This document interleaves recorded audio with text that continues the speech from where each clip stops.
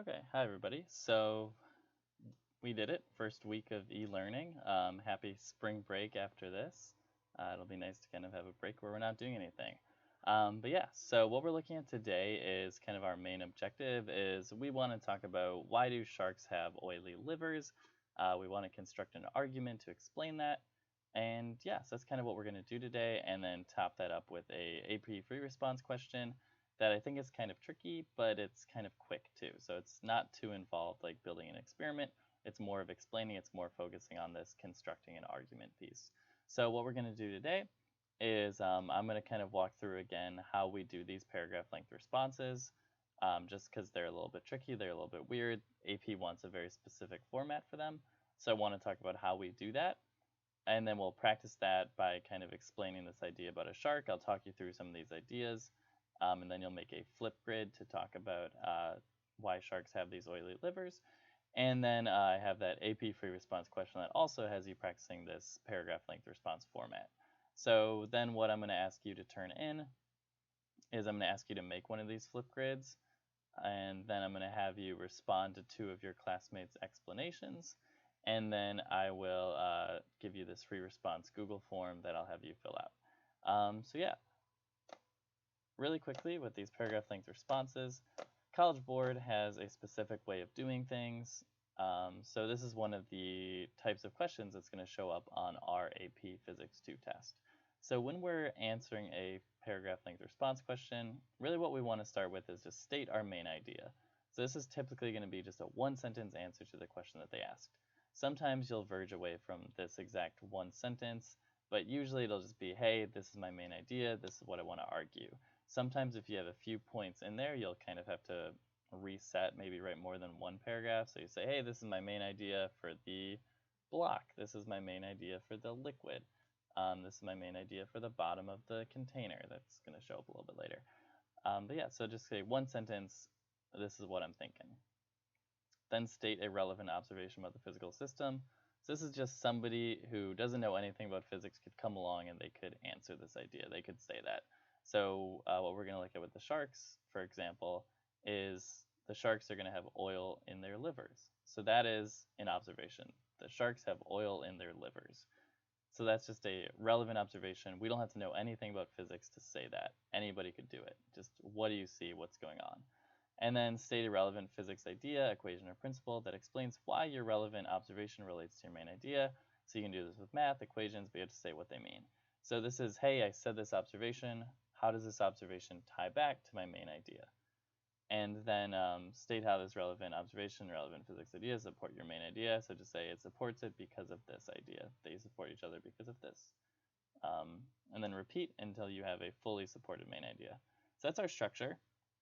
So we're going to practice that 2 times today. So the first time we're going to practice it is with the shark, and then the second time is with a more formal AP question.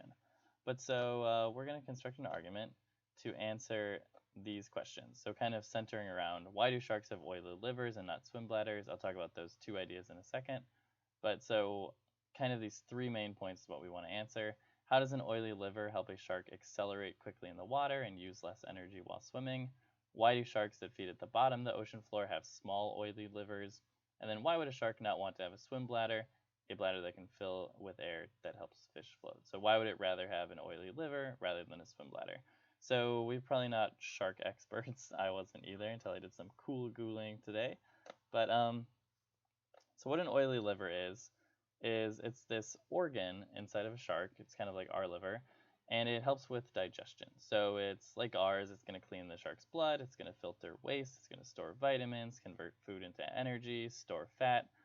And what it does is when it's kind of storing this fat, it creates this oil in a shark. So with these sharks, they have very oily livers, and there's this oil in them.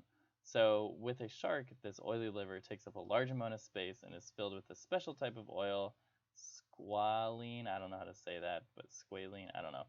And the density of that oil is 858 kilograms per meters cubed. A reminder, our density of water is just going to be 1,000 kilograms per meters cubed. And then sharks that roam the ocean, the open ocean, so ones that go all over, up, down, they can have oily livers that actually take up 25% of their body weight and fill about 90% of their body cavity. I have a picture of this in a second. But 25% of their body weight is just this one organ that's filled with this oil. It's completely filled with it. And then sharks that live on the ocean floor, they have oily livers that take up about only 5% of their body weight. So if they're just kind of chilling down at the bottom, they have less oil in their liver. They have less of these oily livers. So this next picture is a little bit graphic, so if you're squeamish, just kind of fast forward a little bit. But so here is a shark that was kind of cut open, and we see that this whole piece in here, this is a part of its oily liver. So this is taking up this whole entire body cavity like we were just talking about. So it's a lot. There's a lot of oily liver in there. And then here's a more anatomical one where we're seeing they kind of cut it open so they can show you what's underneath it. But still, most of this body cavity is filled with this oily liver. That's kind of this orangish, not this pink here, not the stomach, but this more like rust orange, our liver. So it's taking up a lot of the space in the shark, and it's filled with oil. Now, swim bladder, it's kind of like lungs for fish. What it is, it's this organ that can fill with air or gas. They said gas on Wikipedia, but really it would just be like oxygen.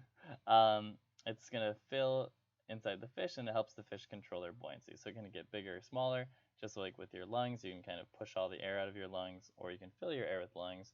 Like when you go swimming, maybe if you fill your air with lungs, you can float, and then you kind of put your air out of your lungs so you can dive deep. So what the swim bladder does, it helps the fish maintain their depth without using any energy. So it kind of helps them just kind of stay where they are. So thinking about, hey, we have the buoyant force acting up on the fish, we have the weight force acting down on the fish. Yeah.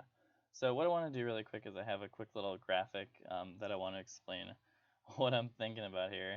But so if we have these sharks, and let's pretend that a shark in this case, let's pretend that they have those air bladders, and that little red circle is an air bladder.